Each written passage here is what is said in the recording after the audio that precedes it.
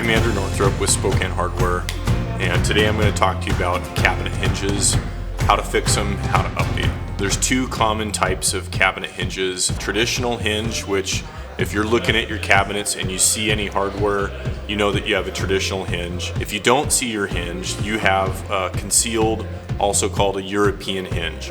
Best thing to do is to take that hinge off and bring it down to see us, or visit the hardware hut and use our hinge selection guide to find a suitable replacement. If you're looking for an easy upgrade to your current cabinet, adding soft close is one of the most impactful things that you can do to prevent doors slamming, whether you need to add a soft close attachment to the door or replace the hinge completely. We offer both those options. If you need help with these tips, visit Spokane Home Builders, find a pro section, and don't hesitate to contact a pro. For more tips like this, follow House to Home.